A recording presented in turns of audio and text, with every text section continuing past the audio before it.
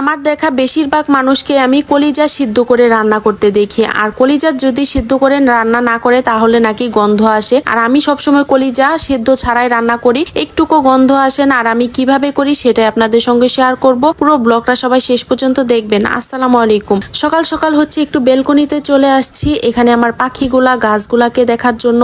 গতকালকে রাত্রে হচ্ছে কিছুটা বৃষ্টি হয়েছে, বৃষ্টির কারণে গাছগুলা খুব সুন্দর সতেজ হয়ে গেছে, আর পাখিগুলা এখানে খুব সুন্দর খেলা করতেছে। সাদা ফুল গাছগুলার নাম আমি জানি না, আপনারা জানলে আমাকে অবশ্যই জানাবেন। টবগুলাতে গাছগুলা মরে গেছিল, ওগুলা উঠাই ফেলে দিছি। আর টবগুলা হচ্ছে খালি ছিল, রাইসা বুড়ি ওর এক দাদু বাসা থেকে এগুলা ডাল এনে পুঁতে দিছে, আর খুব সুন্দর তাজা হয়ে আছে গাছগুলা, দেখতে অনেক সুন্দর লাগতেছিল। রাইসার পাপার হচ্ছে আজকে এক জায়গায় দাওয়াত ছিল, আমারও ছিল, কিন্তু আমি যাব না, আমি বাসাতেই কিছু আমার পছন্দ মতো রান্না করে খাবো।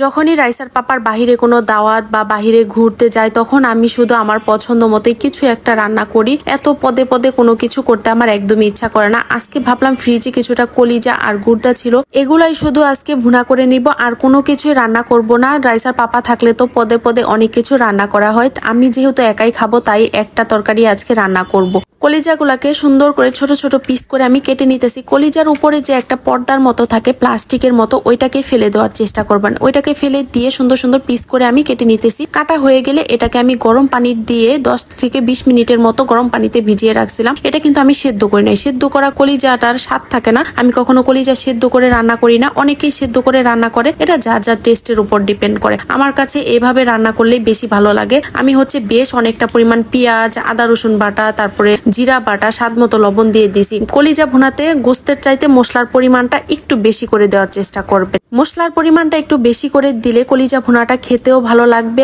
আর দুর্গন্ধ তো আসবেই না। আদা রসুন বাটা, জিরা বাটাটা হচ্ছে আমি পেঁয়াজের সাথে কিছুক্ষণ বেজে নিলাম, তারপরে ধনিয়ার গুঁড়া, হলুদের গুঁড়া, মরিচের গুঁড়া, স্বাদ মতো লবণ তো আগেই দিয়ে দিছি। সবগুলা মশলা একটু বেশি বেশি করেই দিয়ে দিছি, আপনারা দেখতেই পাচ্ছেন। মশলাটাকে পেঁয়াজের সাথে ভালো করে মিশিয়ে সামান্য পরিমাণ পানি দিয়ে দিলাম। এখন হচ্ছে মশলাটাকে আরো কিছুক্ষণ কষিয়ে নিব। মশলাটাকে যে কোনো তরকারির মশলা একটু সময় নিয়ে ভালো করে কষিয়ে নেওয়ার চেষ্টা করবেন, এতে করে তরকারির স্বাদটা কিন্তু অনেক বেশি ভালো আসে। এখানে হচ্ছে কলিজাগুলো আমি দিয়ে দিলাম, শুধুমাত্র এখানে কিন্তু কলিজা না, সাথে কিন্তু গুড় দেওয়া আছে। একটা সময় হচ্ছে রাইসার পাপা কলিজা, গুড়দা এই সকল জিনিসগুলা দেখতেই পারতো না, এখন হচ্ছে আমার হাতের এই সকল জিনিসগুলা সে অনেক বেশি পছন্দ করে। আমার কাছে অনেক বেশি ভালো লাগে যে আমি পারফেক্ট ভাবে ওই জিনিসগুলা রান্না করতে পারি, আমার রান্নাগুলা তার কাছে অনেক ভালো লাগে। তো এখানে হচ্ছে কলিজার মাঝে অনেকটা পরিমাণ পানি বের হয়েছিল, সেই পানিতে হচ্ছে খুব সুন্দর করে কষিয়ে নিছি। উপরে তেল ভেসে আসছে, আমি এখানে আরো সামান্য পরিমাণ পানি দিয়ে দিব। পানি দিয়ে অল্প আছে এটাকে আমি রান্না করে নেব। আজকের রান্না বান্নাটা আমার অনেক বেশি দেরি হয়ে গেছে, যেহেতু রাইসার পাপা বাসায় ছিল না, তার জন্য হেয়ালি পানা করতেছিলাম সব জিনিসে। আর এখানে কলিজা ভুনাটা হয়ে গেছে, উপরে বেশ খানিকটা জিরার গুঁড়া দিয়ে দিলাম। আর আপনারা দেখতেই পাচ্ছেন এটা কতটা মশলাদার তেল যুক্ত খাবার হয়েছে। আমার কাছে এইভাবে এই ভুনাটা অনেক বেশি ভালো লাগে। প্রতিদিন তো আর খাবো না, একদিনই খাবো।